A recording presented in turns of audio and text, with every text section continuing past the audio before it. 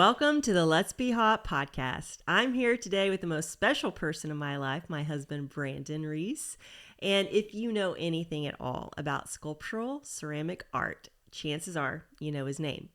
His work is prolific and he sells it all over the United States, and he's even moving into the international arena as of late. We met when we were just 12 years old at a birthday party. He got in a fight, and I thought he was real cute.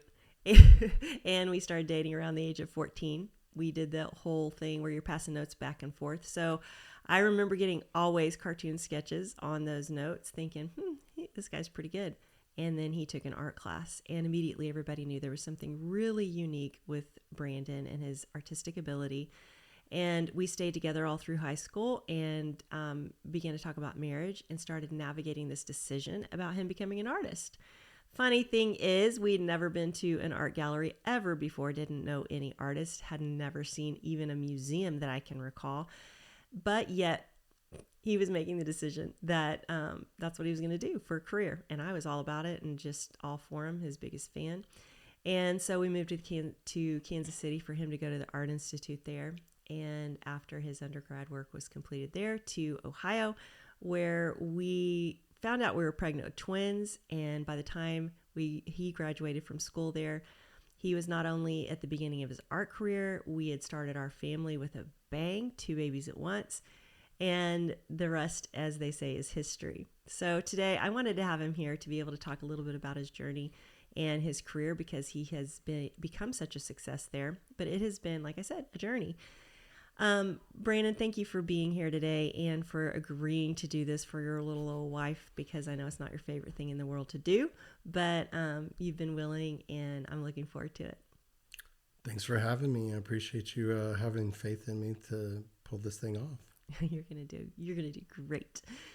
So the first thing that I kind of want to dive into, reminiscing back to when we first got together, I knew one thing. You knew you wanted to be an artist, and I was all in support, but I wanted for our lives to revolve around faith. Well, that pretty quickly became a point of contention, because our ideas of faith and our ways we processed and thought all those things were so different on. And now it's fun to kind of look back and see the growth that's happened there. What I want to ask you in relation to your career, so others can kind of hear you speak into it, is how has faith impacted your art career, and how has your art career influenced and affected your faith? So, I mean, it's been like two sides to a coin at this point, from the beginning to the other. The beginning, I kept faith was sort of separate from my art, and my art was separate from my faith to the biggest degree. And then when I sort of got to kind of a dark low point, my faith was sort of non-existent, and so was my art. So there was, I guess, a correlation, right? Mm-hmm. But then now I feel like they're much more intertwined, and my art is honestly like how I connect to God, probably one of the easiest ways that's sort of meaningful to me. Yeah. And I've been alongside you and watched this process.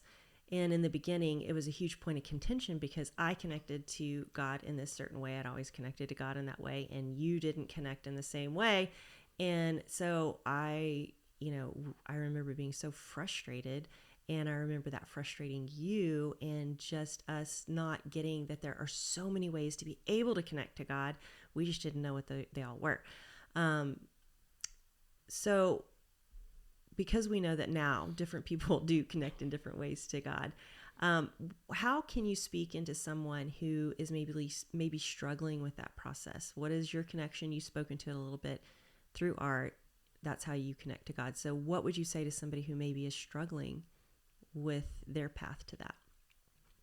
Well, I think, there's two things. One, if anything that you want to grow in or get knowledge about, you have to be disciplined about that thing. And so you have to kind of actively pursue that. The other thing is finding things that you innately or naturally are kind of you, and how you kind of, whether it's communicate, how you think, how you process. And So for me, like an example was like watching you could pray these long prayers and I'm just like, and not move. And I'm just like, oh my God, like I'm just going to fall asleep or something. And I'm just like, I just suck and fail. And at this, but I'm like, so for me, like I am like, for me to process things, even just moving through the day and when I'm producing like or making an art piece, I can connect and sort of be on a different level or kind of, being more mindful or reflective about things. And so, but it's also that physical act that I'm actually, moving or cutting or grinding or whatever it might be. Yeah. And that's, so it's just totally different, but, and not that I, don't have moments of like quiet and, but, it's a combination of all those things. Yeah. And I remember in the beginning, one of the things that I also didn't understand or appreciate, and wish I had done a much better job than I did, is you had so many questions. You brought questions upon questions upon questions upon questions to the table. And I didn't know what to do with all the questions. And I saw them as a lack of faith. And now, again, looking back, and I wish I could speak to that 20-year-old me that started out the marriage to you and say, hey, I have some new things to reveal to you about that. But tell me about those questions, how they've impacted your journey. Right. So I had a lot of questions, and you didn't like my questions, and but that's just kind of like I always have, these questions of how I can solve something. I mean, I think that's one of the major things about being an artist is like I'm a problem solver. It's like I pose these questions, and then how do I find a solution to them? And so with faith, I wanted to know. These things that just some of it I'm like, this doesn't make sense, why is it that way? And so they early they were kind of a roadblock, and was probably somewhat detrimental because I just left them as a roadblock, or but now my questions are much more of a journey, and trying to gain some knowledge or understanding about something that I don't understand. I was talking to you, example, like I don't understand how like when my finger swipes across my phone, it like makes all this stuff happen. I don't understand the system behind that, but I know it does. So it doesn't mean that it's not true just because I don't understand something. Oh, that's good. Yeah, I watched you and participated where the questions that once were what you said as obstacles are now opportunities for faith to actually expand and increase. What do you think is your heart position that changed from going from one to the other? I mean, for me, I mean, some of it was just like having to kind of get through a process, but the biggest thing I think was what I think I saw, other people of, faith, or even, going to church, back in the old days when we were younger. It seemed, it was sort of foreign, and I had a hard time connecting with some of the things. And so just trying to take that was like how, I don't know, it was more of like, I don't feel something. And so, for me, I had to get to this place like, yeah, that's not how I relate. A lot of times it's like I relate or process things differently. And so my questions I could investigate them in sort of deeper, more personal ways, and find solutions, instead of like where before I was just kind of would pose the question and wasn't trying to necessarily find a solution unless somebody could just give it to me. And now I'm willing to kind of work at that and sort of make it authentic to me in the way that I can like process and digest it and then use it. Yeah, so maybe with a little more vulnerability of being willing to hear something outside of what you understand. Right. Yeah. I mean, kind of early on too. I mean, I was very prideful about things, and sort of, now I've kind of like understood that, to be a little bit more, I guess like you said, vulnerable, but also just, to where I was willing to listen to. Yeah. Um, we as humans want to make things as easy as possible. We want to make everything a formula. Here's the process. Here's what you do. And oftentimes it's easy to approach faith like that. We want the formula. We want somebody to tell us if you do A, B, and C, that equals, D. And faith is absolutely not that way. Sometimes when we've tried several different formulas that have worked for other people, but then they don't work for us, we can get discouraged and we end up in a crisis of faith. And you just talked about that you hit a dark place. I want you to share a little bit more about that and about when this happened to you. You walking out of that place into a new level of faith, a new kind of faith, a new place in faith, what it took to get there. Right. So, I mean, there was like obviously, a long time kind of getting to that place where it was just kind of where I couldn't answer some of the questions, and the questions just became, these, like I said, the roadblocks. And then I was just, I guess, just kind of started really questioning the ultimate, was God there?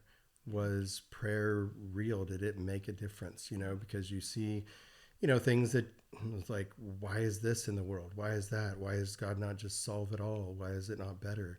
Mm-hmm. And so because of that, I just kind of like pushed it all away, and then didn't make really anything. I wasn't creative. I was just kind of in this dark place. And so I guess, what did you ask, like to kind of how did I get out of that? Yeah, and kind of, again, your correlation, you mentioned how in that place you stopped being creative. In that place, me walking alongside of you, we almost lost everything. We almost lost our family, marriage, all of it. And then there was this realization that you came to, and this new revelation on how you do connect to God. And I saw you walk into a future that God was inviting you into, and you didn't let that past inhibit you or trap you. So tell me how you did that, how you didn't let the old place, that dark place, keep you from the future that God wanted to write for you. Yeah. So, I mean, obviously I got to a place and I was like, okay, this isn't working. It's not good for anything. It's not good for me. And so, I kind of made a decision. I was like, okay, well, I sort of pushed God away. It's like, are you real? And so I was like, well, what if I flip the coin? I was like, what if he is who he says? What if it, these things matter? I just have to kind of, figure it out for myself, instead of, sort of, mimicking or faking it till I make it kind of, attitude. And so, because that wasn't authentic. And so I had to kind of get to this place that was like, what was authentic for me? What was meaningful for me? And so I just really, said, hey, God, here I am. Please, take me for all the yuck and, and I knew like enough that I was like, that you were, if you could, sort of face everything and ask God to kind of help you, that like in his eyes, you were a new creation. And so I had to kind of hold on to that. And I understood from creating things like, that I make things from sort of just raw material and it's kind of from nothing into to something. And so I was like, God, do that to me, and just change, and so, it was a journey. And just like anything, I mean, worthwhile, like you have to be disciplined. You have to, get after it every day. And sometimes it's easy, sometimes it's hard, sometimes it's fun, sometimes it's sad, whatever.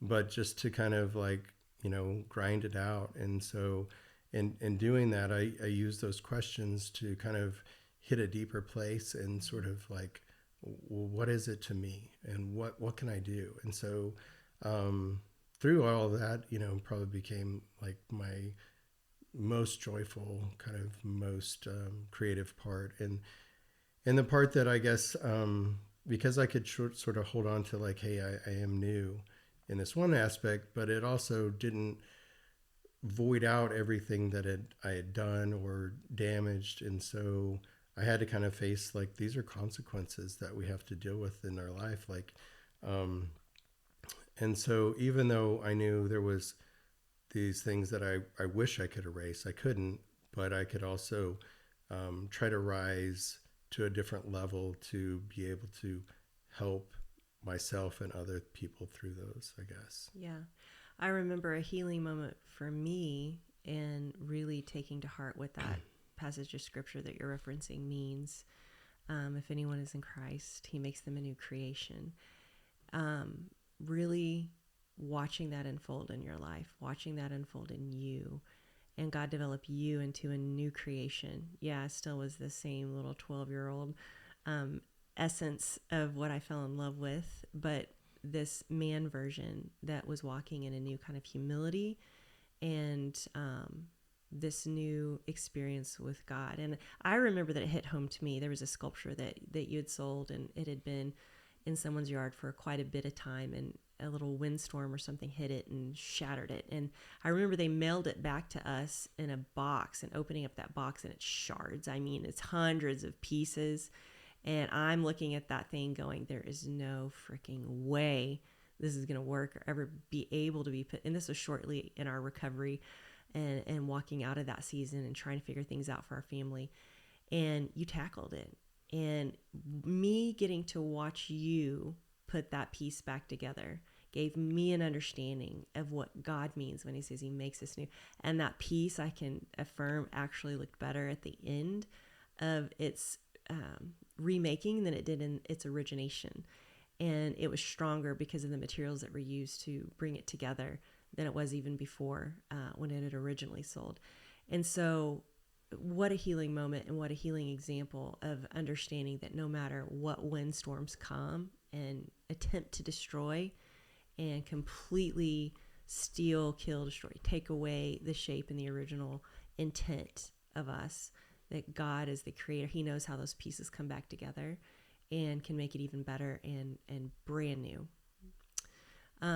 You and I, we have experienced scarcity and abundance. We have eaten ramen noodles with peas, ramen noodles with chicken, ramen noodles with corn, ramen noodles with carrots.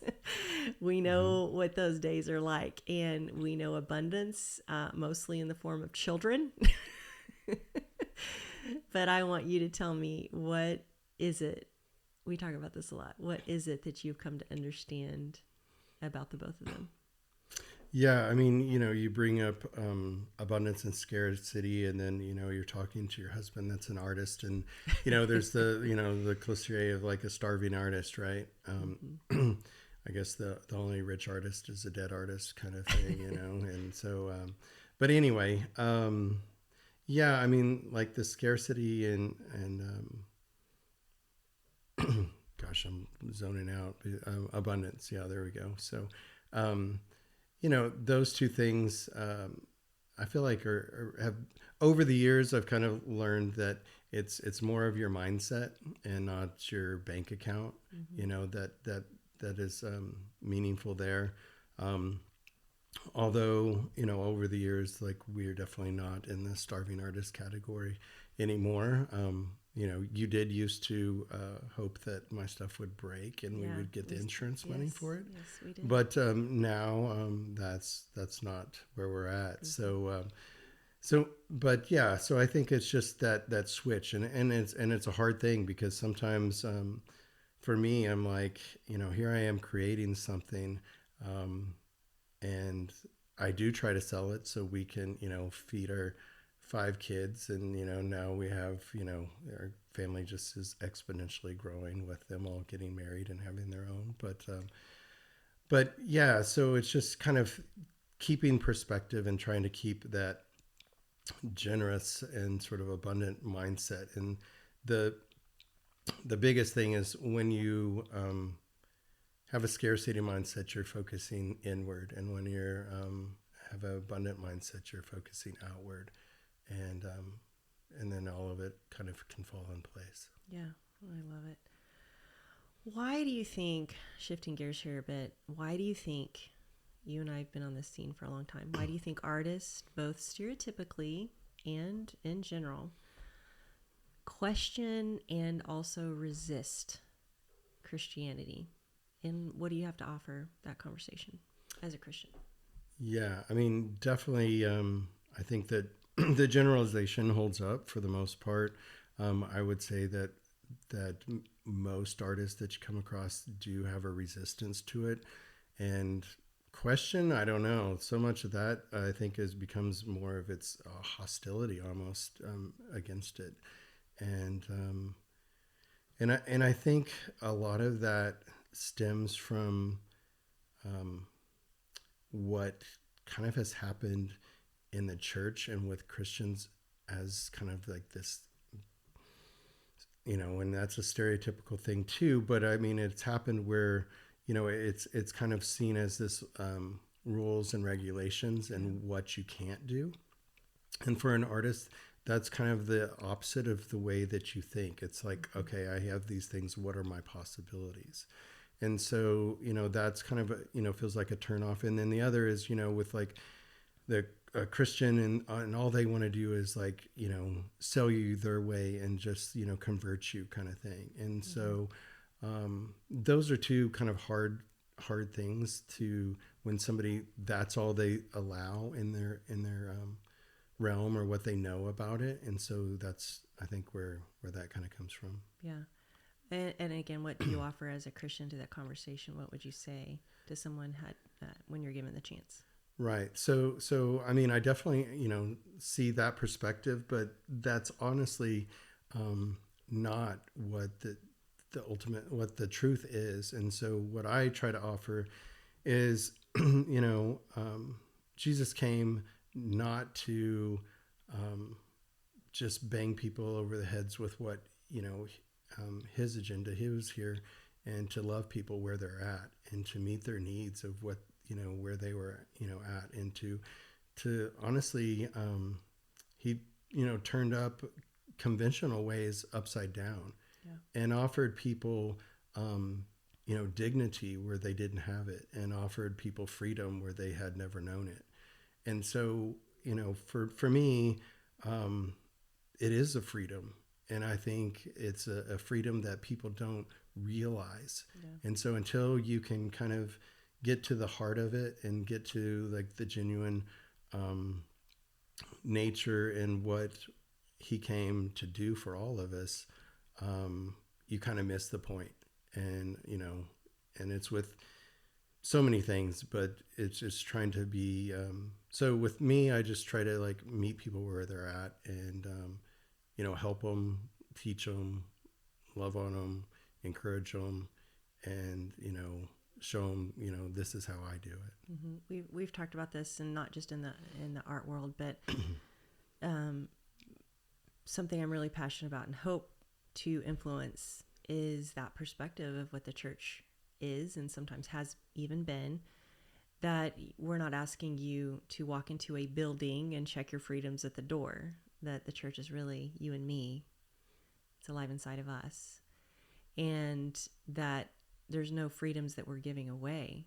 It's freedoms we're being given. It's freedoms that are being lavished upon us by the creator of this universe.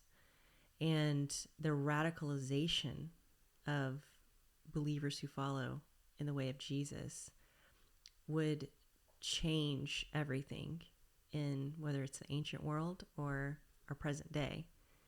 It is countercultural, and it is radically different than what we see even on social media, on our phones every day. And it's exciting, and it's an adventure, and it's something that you and I together, and your way of creating things and my way of talking real long times are inviting people to just look at it a little bit differently and uniquely. Kind of going along with that, it being about freedoms that are being given to you, and in a world where the conversation so much is about inclusiveness and also individuality. You make a series of pieces that are probably the most popular ones that you make, called the Community Series. Would you just kind of, bridging from the conversation we're having into that piece, talk a little bit about what you make. Right, right. So my whole community series is for the most part, they're installations that are made up of like hundreds of individual kind of house forms, and they're like the most basic house form that you can think of. Is like when you were 4 years old, like if you were given a crown, what shape would you do? And so that's where that comes from. And but the whole idea behind them is we all are individuals. We all have our uniqueness, but we also all have our similarities. And so putting all those hundreds of pieces together, and then they kind of typically, like, they'll be arranged in kind of a circular format, sometimes different, but for the most part, that's what they are. And so it's just that idea that we all have kind of our own aspects and giftings and things that we bring, but when we come together on something, the collective is so much greater than the individual. And it just kind of multiplies when we can put our gifts and talents together and work together. It's just so much more powerful and impacting that way. Yeah, and it's really, to me, a beautiful picture of what the church is intended to be, is all of the shapes and sizes and colors and uniqueness brought together for one purpose, for one beautiful thing. And that's to show the love of Jesus and the freedom that he offers the world around us. Definitely, of course, I'm your biggest fan, but those series are always shockingly emotional for me to see them when they're installed. And I love when we're at a gallery and we get to watch people react to them. And I think it's so much also an opportunity as believers to understand that that is how we are being seen and viewed when we come together in this beautiful way, that people will see, they'll stop, they'll stare, they'll be intrigued, they'll want to be a part themselves.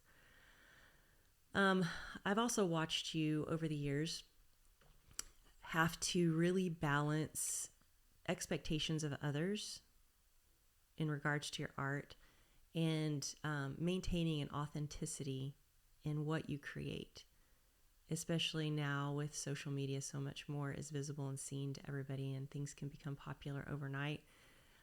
Tell me how you balance that. How do you stay authentic with that pressure, not degrading what you make? Yeah, I mean, I like, I guess the artwork, or kind of the work that I'm known for now, and the aesthetic that I've sort of developed with that. I try to, try to stay genuine to that. And within that, like, I guess, how do I not sort of compromise, some of those, values that I have sort of built into it. And I think, one of the ways is, like, I know that I was given, I have this gift, and I love getting to utilize it and provide for our family through it. But I also want to do it to the best of my ability. And so, I guess, just even, gosh, from everything from, knowing where that gift comes from being involved in sports to, watching our kids grow up, that, I just want to do the best that I can, and to not compromise, and to do the hard work. And so, and I know, like you said, kind of even with like social media, I mean, it's kind of crazy. I've just sort of recently got on it myself. I've had other people help me with it, and I'm like, okay.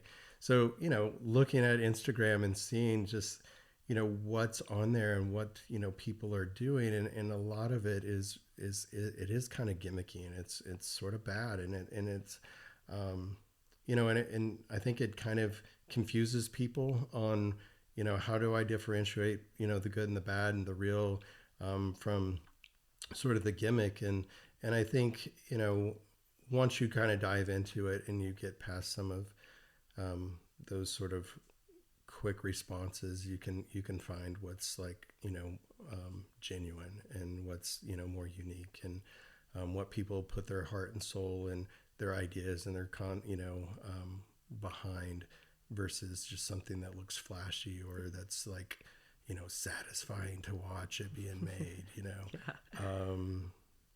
So I don't know if that completely answered that Yeah. question or not. Yeah. And we've talked about how actually this is also a reminder to us as believers to not get gimmicky, to not sell out, to not become, so watered down that we lose that authenticity of who it is that we were created to be. And it's easy to do with the culture, waging wars around us over all these topics that they do. But that's why it's so important to be centered. That's why you and I take time every morning to really make sure that we're centered in the day that we're facing and the things that we were created to do.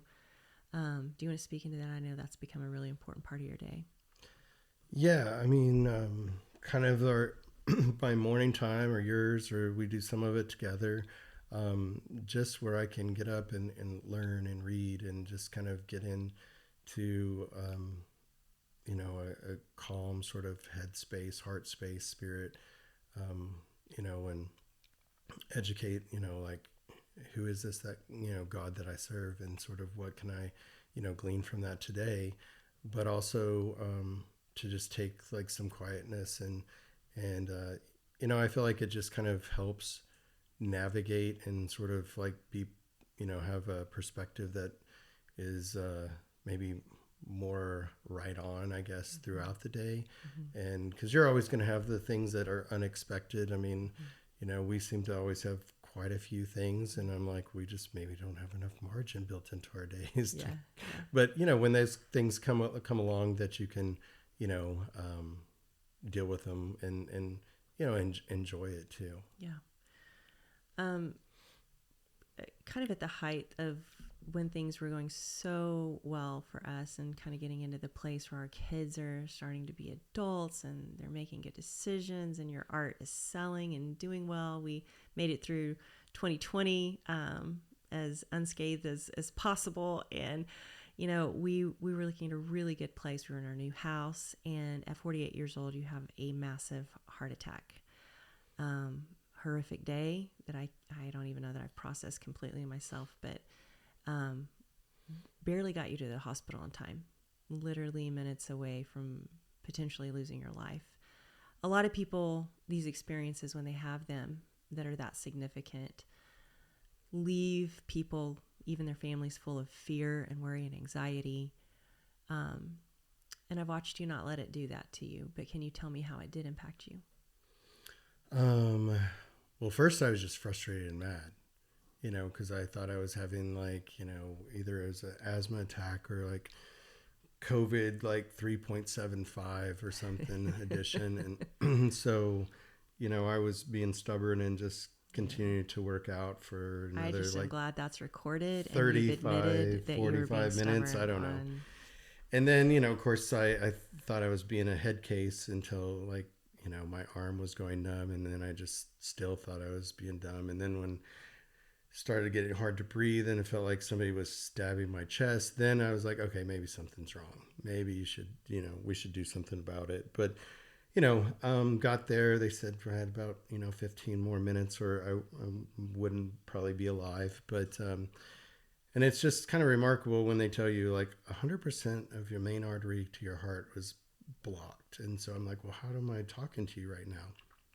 But it to me, like it was basically an opportunity to kind of like, let's, do I need to refocus some things? Do I need to, what's really important? Where do I, put, my stock? What's valuable? Am I, have I talked to my kids about certain issues, or are they, in a place where they'll be okay without me? Are you in a place like, are you taken care of? And so, all these different things. And so I just kind of reevaluate, but it never, I mean, so I guess it kind of scared me in that way, but not in a scared, I don't want to move forward way, or it paralyzed me, because in some ways, once the blockage was open, I felt 100% better, and the recovery was not as bad as some of the injuries that I've had from different activities. And so anyway, it just kind of helped me just kind of sit back and really like take inventory of where I wanted to go forward, and you know, what do you want to be known for? What's the mark that you want to have made when, you know, because at some point we all will face that. And so I think it's just, you know, be appreciative of the time that you do have.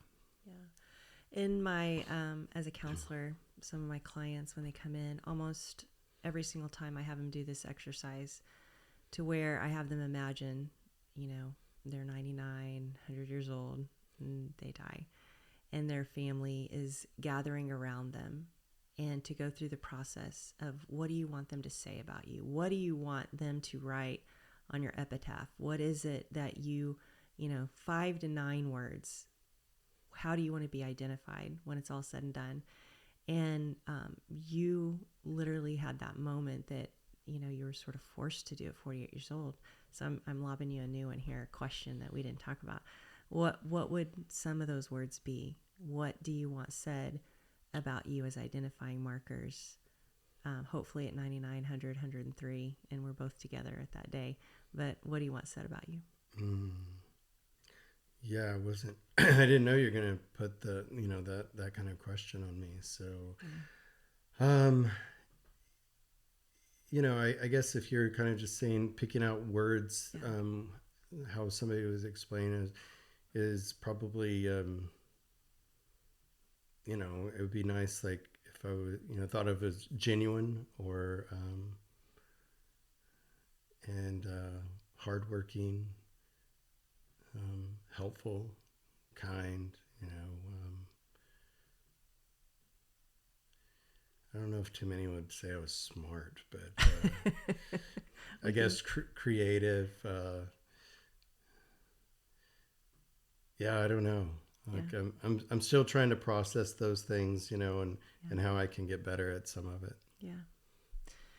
One thing that I love the most about what I've watched you do, what I've been alongside of you as you've done, is how you have been an open book with all of your processes and all of your things, whether it's your faith or whether it's art.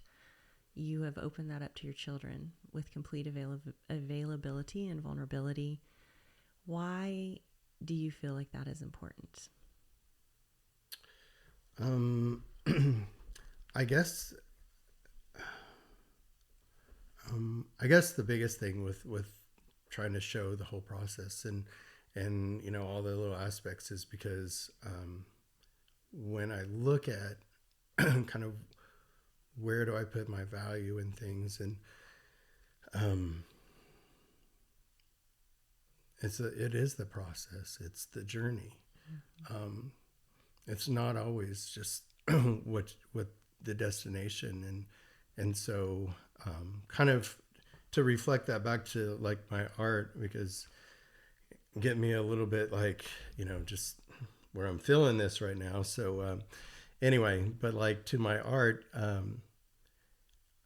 years ago, to keep me sort of invested in it and curious about it and caring about it, was I had to keep the process sort of interesting and new and unexpected. And so I think having that sort of out there, whether it's for my kids to see, or, you know, I try to like be show all the students that I've had, and that, you know, all the process is kind of the cool thing. And like I have to, you know, I don't want to have it all figured out and then just go through the motions, you know. And that's how I kind of started out some of my work, is I was like, have it figured out, this is where I'm going to go. But I didn't, once I figured it all out, I didn't want to go there. So I have to kind of keep that journey, and, you know, where it's you're exploring, you know, and that's the exciting thing. Yeah.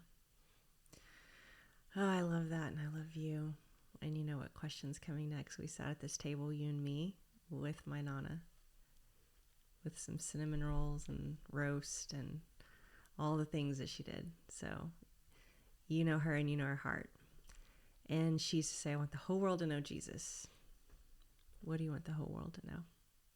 Right. I mean, it kind of goes back to that, which we just talked about, but time, like it's a gift, and we're giving just, this small amount, and it sort of goes faster than you think. But for anybody that's listening, to take the time that you have and make it the best that you can make it genuine, do things like excellent, and but in that,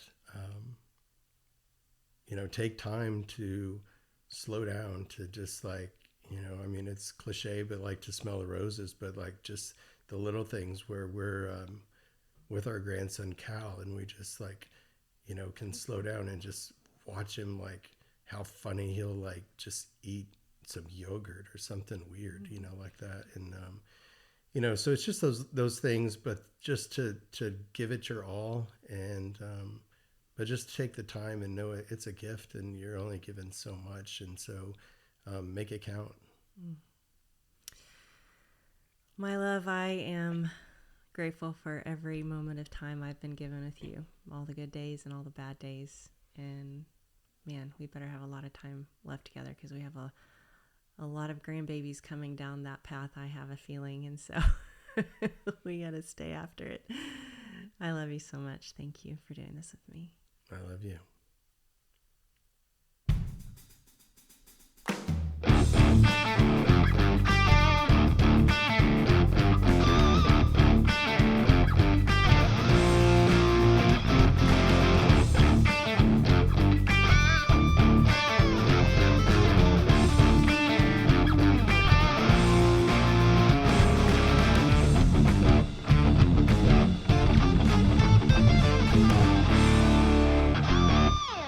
If you enjoyed this podcast at all, please do me a huge favor and hit that like or subscribe button. Follow us and share us with anybody you care about.